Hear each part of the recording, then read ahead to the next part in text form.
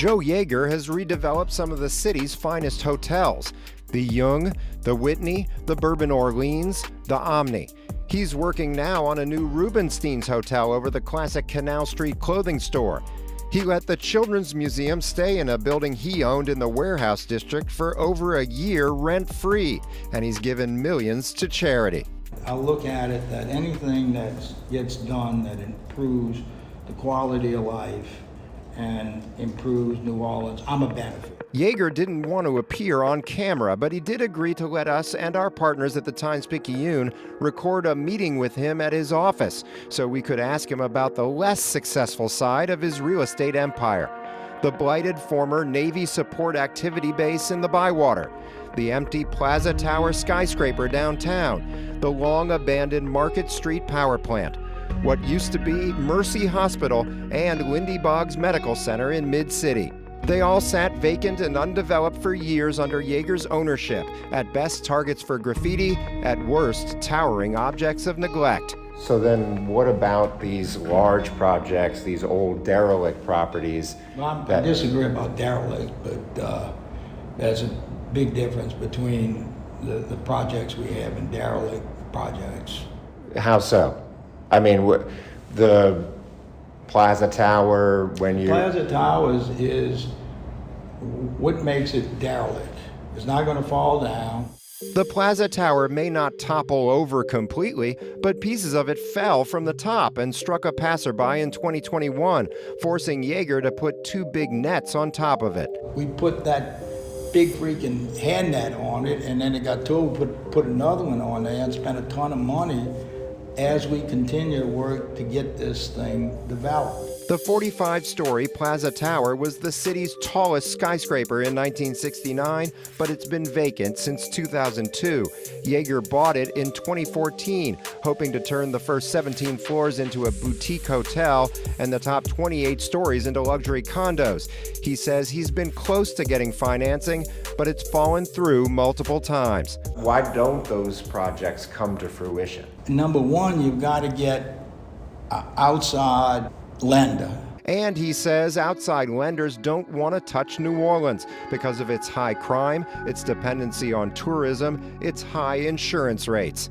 It's difficult in New Orleans because you almost always need subsidy because of all of the issues we have here. That's another developer, Paul Flower, who says he feels Yeager's pain. He bought the old Mercy Hospital from Yeager last year and planned to spend $110 million to turn it into a state-of-the-art elder care facility. But he says his financing from the Federal Housing and Urban Development Department has hit a snag. Almost every developer is looking for some sort of federal assistance, a federal program, especially for a project like this. Flower says he takes the risk of buying large abandoned properties because he wants to help the city, and sometimes they pay off, like the old World Trade Center did when he redeveloped it recently as the Four Seasons. The first year exceeded first-year projections. When they don't pay off, they can become eyesores and dangers. We put up a stronger fence, but fences don't stop people. Is security a lost cause? In a building that size, you would almost have to have a squad of people to cover every entrance. This August, Yeager welded the doors of the Plaza Tower shut. But last month, these graffiti artists got in anyway and appeared on a ledge about 80 feet in the air. But what if a kid fell to his death from there, right now? Whose responsibility is that? I'm not sure, because if I weld the doors up and somebody comes and cuts the door and gets in there and does whatever, how can I stop that? We asked Yeager about the possibility of someone falling to their death, because that's exactly what happened in July at another building he used to own. 18-year-old Anthony Clausen and his friends got in the abandoned Market Street power plant to celebrate their graduation from Ben Franklin High School. And Clausen fell 50 feet through an unstable floor and died. He was going to become a remarkable man.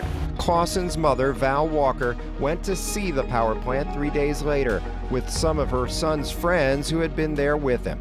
They said this gate right here was wide open, and this door was wide open, and another door down here was wide open. So it was very easy for them to enter the property. Yeager no longer owned the Market Street power plant when Clausen died. He owned it for 7 years before that and had just sold it 5 months before. Nobody died when I owned it.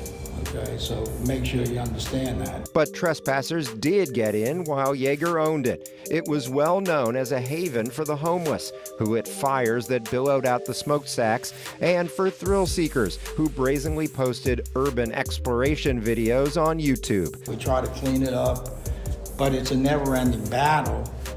But So when we then sold why it- get into these properties that you know are going to be Well, yeah, never let me ending? tell you about this project so you can understand what the hope and the vision was. His plan at Market Street was to take the abandoned plant and make it into an entertainment venue connected to an expanded convention center. But that expansion never happened, so Yeager never moved to develop Market Street.